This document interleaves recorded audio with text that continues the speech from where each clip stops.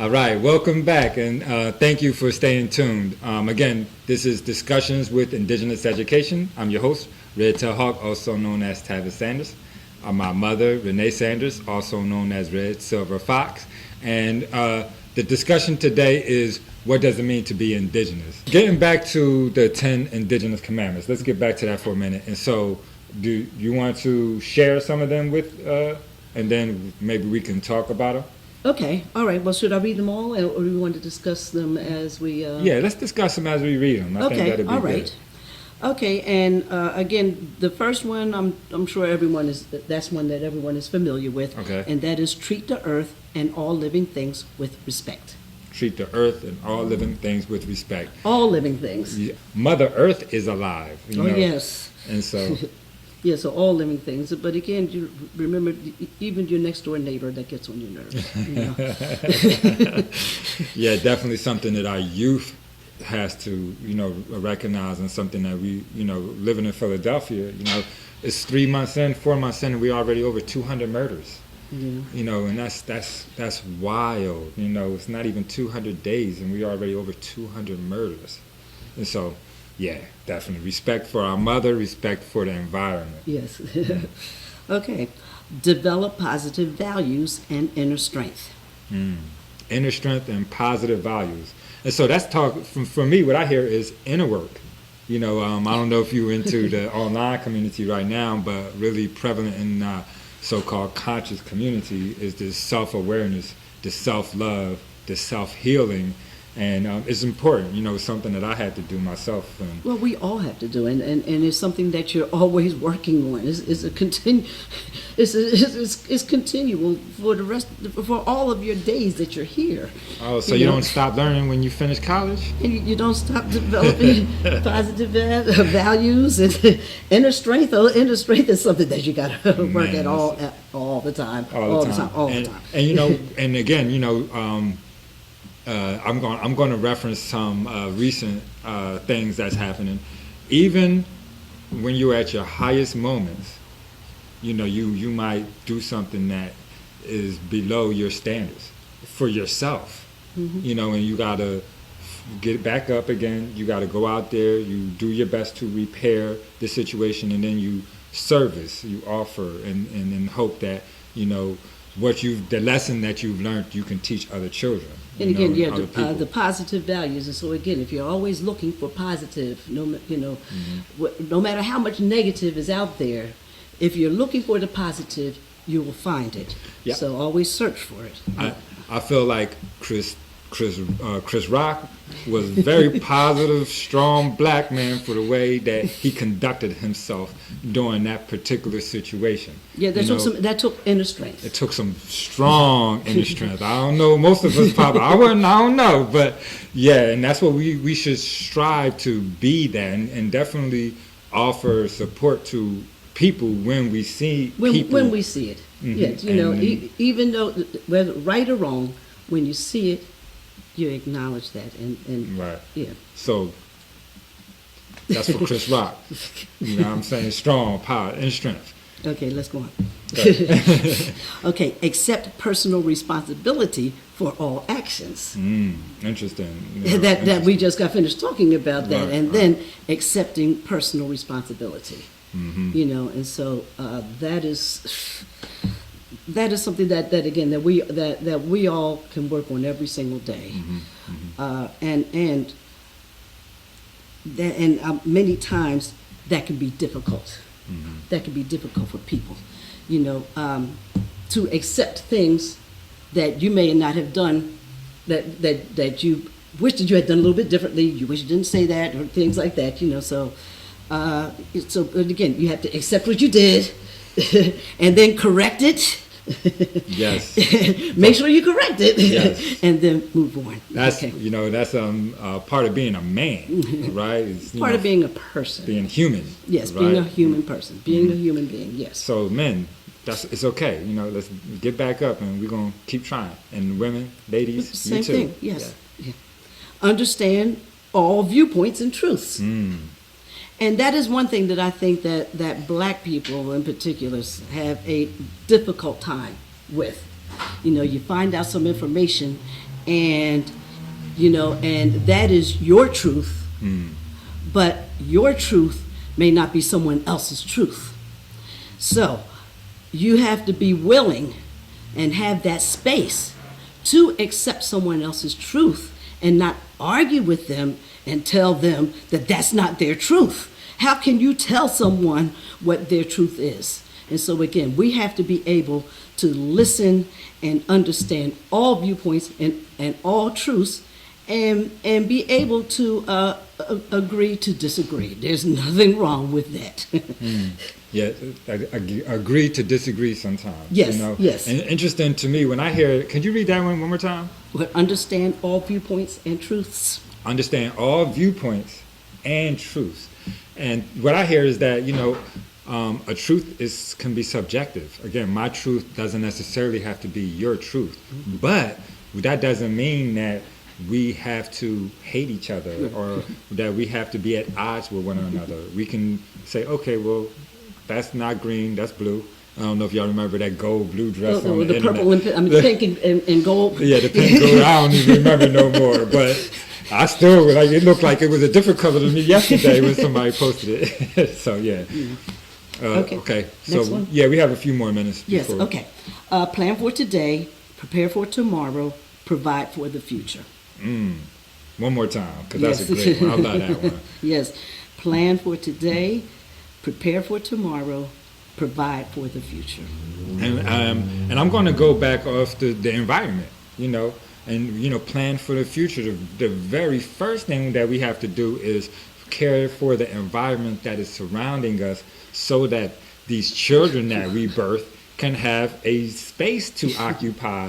And as a parent, I want what I offer to my children to be better than what I had. Even if what I had was great, I'm still trying to figure out a way to develop it, to have it be more meaningful, to have it more purposeful. And so, and it's and it has been traditional, for indigenous communities to think several generations ahead. And so you want to make sure that you are providing for those. You have to leave something behind for those future generations. Yeah, interesting that. So an individualistic approach to life really wouldn't fit there. No, not at all. Not at all. Okay, we can fit maybe one or two more in. Okay. Do what is necessary and always do your best. Do what's necessary and always do your best. I like that. Simple, sweet. Yes. Work together for the benefit of humanity. Now, again, if you don't mind me pausing there, again, that word human, we're not saying for us or for my brother or for black people. Or for black people, right. It's said humans, humanity. Humanity. Mm-hmm. And I know that, some of us, I know some of us might be vampires and stuff, but you was human once, right? Okay. We'll move on from there. Okay. Work together for the benefit of I just read that. Yeah. Okay. Be truthful and honest at all times. Be truthful and honest at all times. At all times, yes. Show gratitude, be forgiving, and always give thanks. Okay, and then the last one is be useful, be honorable, be compassionate. Right, wow. Be useful, be honorable, be compassionate. That's a lot right there, isn't it? Man, listen, I'm glad you said that one for the last one. That's all. If you can master the first 9, that 10 one, it should flow pretty well. I would hope, right? Yeah, and be useful, and that's something that I think people don't even think about. It's like, how can I be useful? Today it's just, it's like me, my, what can I do for me? What can I get for me? And we're not even thinking about being useful to the community, let alone to humanity. Right. Right. So I'm thinking, usefulness from a environment and community perspective, even from the point of the trash in our cities. and the lackadaisical attitude that so many of my generation take with respects to anything that doesn't occupy their particular desire. Or If make it- them, or give them, put money in their pocket. or put, well, that's a desire that they have. I want my money in my pocket so that I can do this, this, and this. And cleaning up the street or cleaning up the elder's yard or taking that walk to the store for the elder isn't necessarily going to get money in my pocket. As a matter of fact, I'm burning energy. And so I don't feel like doing that. And again, not an indigenous way of existing, not an indigenous way of being. Right. And so usefulness is something that is key to even redevelopment of culture and traditions. You can't have a lazy attitude with respects to the revitalization of traditions or cultures. Well, yeah, I want to have a fire circle, but I don't feel like it this week, so we'll do it next week.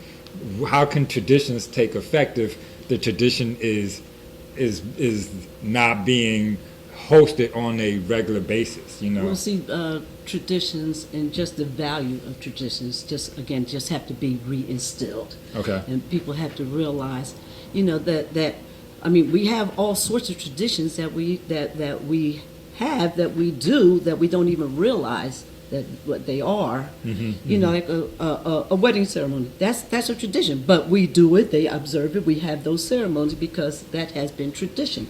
There are other traditions though that we have just, like we mentioned earlier, that just. Well, some traditions that we don't even know that we've forgotten that we attribute to something else that is actually indigenous. Oh yes. If you don't mind me just throwing a few out before we take our break. Go ahead. Ball playing. Oh, yes. Ball playing is an indigenous art. It's something that we did here in the Americas. How about this? Rapping. Rapping rhymes. Rap and rhyme. That came from the indigenous communities of the southeastern United States. And it's documents as old as the 1500s that talk about how these fools love rapping and rhyming, right? Rhyming and dancing and one more thing. And ball playing. And ball playing, right? But it was one more thing. It was ball playing, it was rapping, it was dancing, it was one more thing. We always find something to barbecue. We always find, and that was something that in the 1500s they talking about. These people always barbecuing. Any reason to have a party, any reason to celebrate, whether it's the birth of a child, whether it's the graduation from school, whether it's the your team won the championship, whether it is for the advancement of our history and our culture. And so we say, you know what, Black History Month, February, we're going to party that month. Like what Woodson did in the early 1900s when he said, listen, the kids is off this week. The college kids is off this week. Let's connect with the college kids because we know they're going to be chilling. Let's throw some parties and let's share history with these college students that's going to promote Black history. And from there, we got Black History Month. And so again, these traditions that we host that are, I'm going to say incorporated, is another word that I could use, but I'm not going to, but incorporated into the mainstream society of colonialism, and now it's American culture, and it's not actually, when it actually is indigenous cultures that is being, assimilated into a larger culture. With that said, I know we went over, so let's take a small break, thank our sponsors, and we will be right back.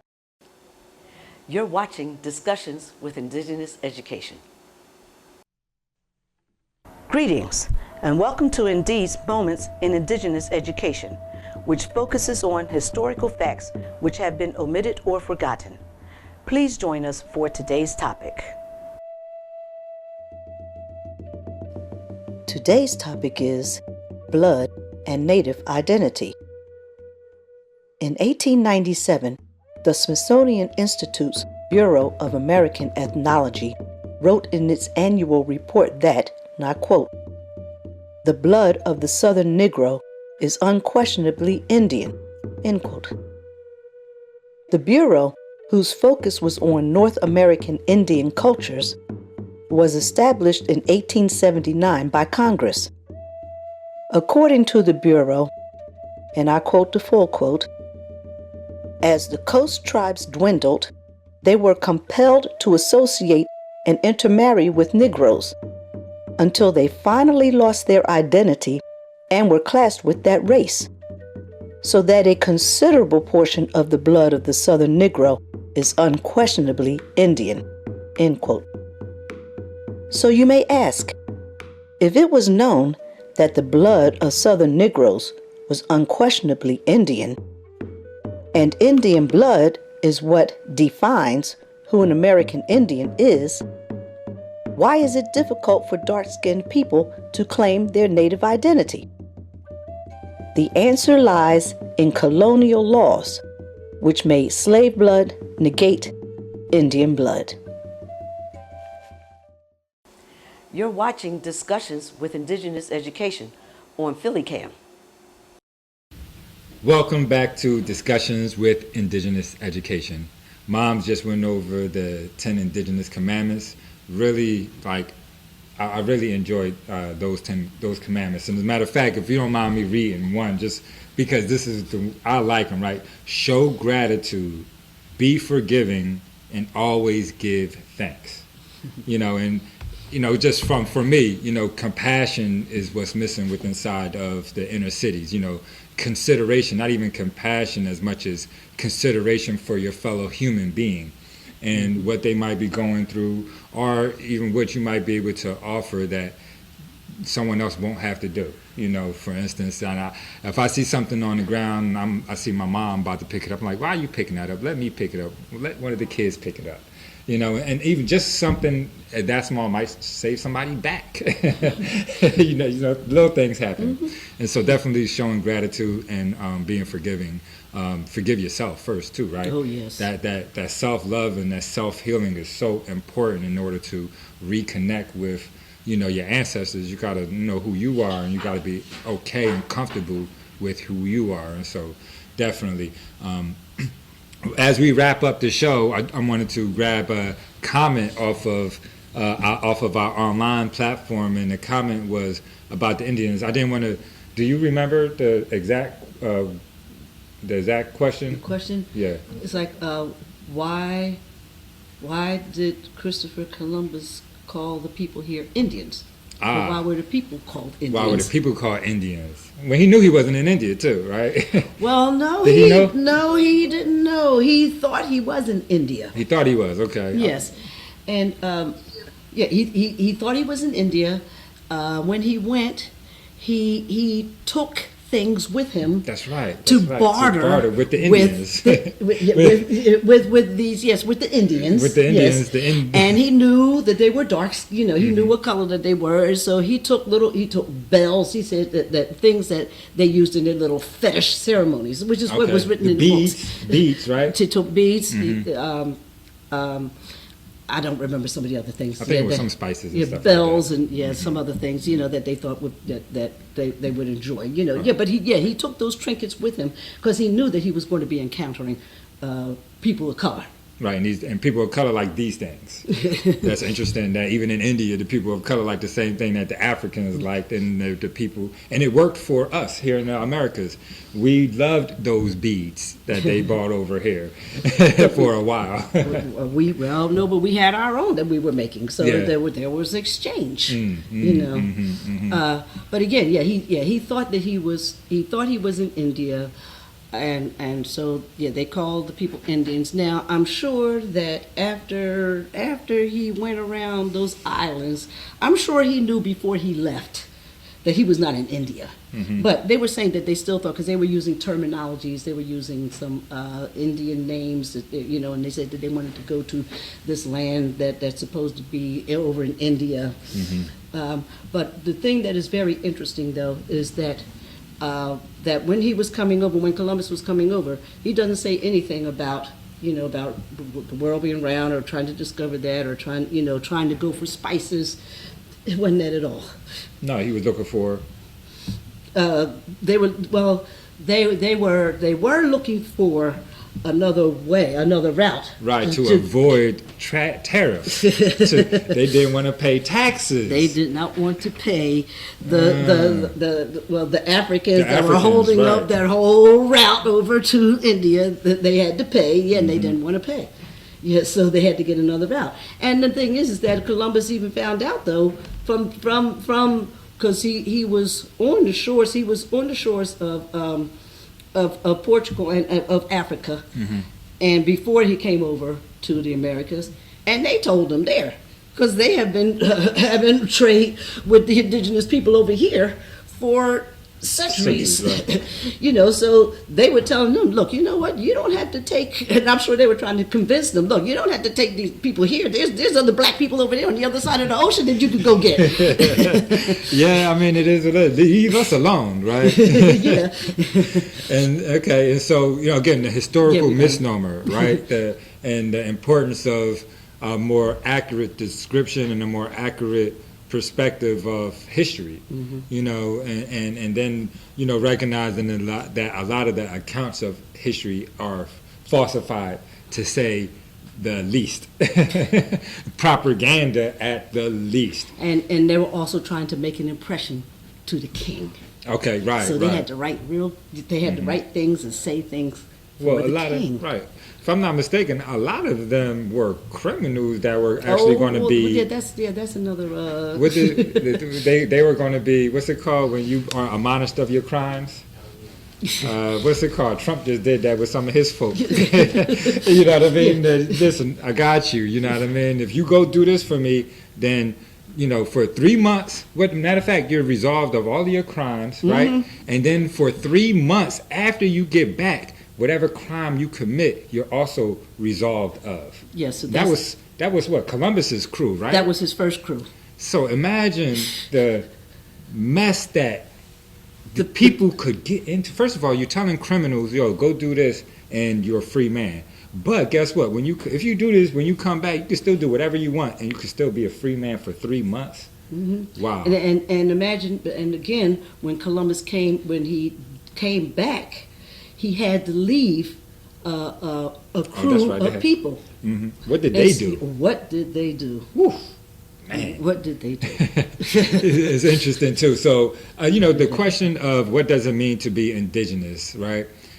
We just really went over surface information and information that we felt like was important from a perspective of day-to-day decisions that would help to reconnect and help to revitalize some of the ways and some of the thinking and some of the contributions that we would offer to each other as we develop. It's not about the self, it's about the community. And so we wanted to make sure that we shared that with you. But of course, I'm a political and of legal mind. And so, I want to know, what does it mean to be indigenous as far as the colonizing system is concerned, and how they relate to that. And it's a description. It's not a definition. As a matter of fact, when you look up the term in United States law, they tell you to go see rights. When you go look at rights, they tell you, okay, well, indigenous rights are this. And so when you ask yourself, what does it mean to be indigenous, you're actually legitimately asking yourself to describe yourself. We're not asking you what you look like. We're not asking you what that piece of paper say you are. We're asking you, who are you? How do you conduct yourself? And the way that the world looks like it, the international world, particularly if you're in the legal world, you're going to say, is this person indigenous? And there's a description that they would see.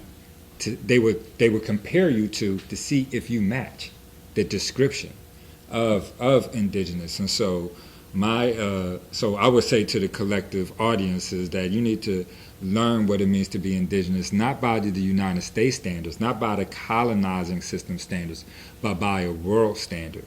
And when you take a look at that, now you're saying, okay, these decisions that I'm making on a daily basis, are they going to eventually showcase an outcome that would exemplify me as being an indigenous individual. And so, an ongoing process of choice on the day-to-day basis to make the community and as important, if not more important, than than the individual self. But that's again after some self-love, some self-healing, some self-development, right? You got to be great, and then you offer that to the larger community. And so that's just my little blurb. We'll get into the legal stuff later. And so we wanted to say thank you. Before we wrap it up, I know we shared a lot. Did you want to say anything? Do you want to share anything else before we close it up today? No, I think we covered a topic pretty good, I think. Gave a lot of suggestions for people, and again, people out there, they may have another idea of what it means to them, and what they can email us, or how would they? Yeah, so they will email us at indeed.edu@gmail.com. We're actually looking for other topics of discussion. So if you're interested, if you have a topic that you would like my mother and or I or the both of us to discuss and bring some perspective to, definitely our perspective, right? Definitely email us and send that over to you. If you're interested in participating in the audience, whether it be live or online, email us again at indeed.edu@gmail.com, and we'll send over the link. Again, we'd like to thank IPAM, that's the Indigenous Peoples Artisan Marketplace, located at 1608 Ridge Ave in Philadelphia. Thank you so much for allowing us to use this forum as an event location and also artisan market space. And so definitely support if you're in the area, and stay tuned. They got a lot of great things happening here. And, I'd like to thank my mother, the co-founder of our organization, Indigenous Education, Renee Sanders, also known as Red Silver Fox. Thank you so much for your participation, and thank you for developing me and sharing with me your information so that I can feel confident in putting things like this together. My name is Tavis Sanders, also known as Red Tail Hawk, and pause. I got to end that over again. I lost it. Wait a second.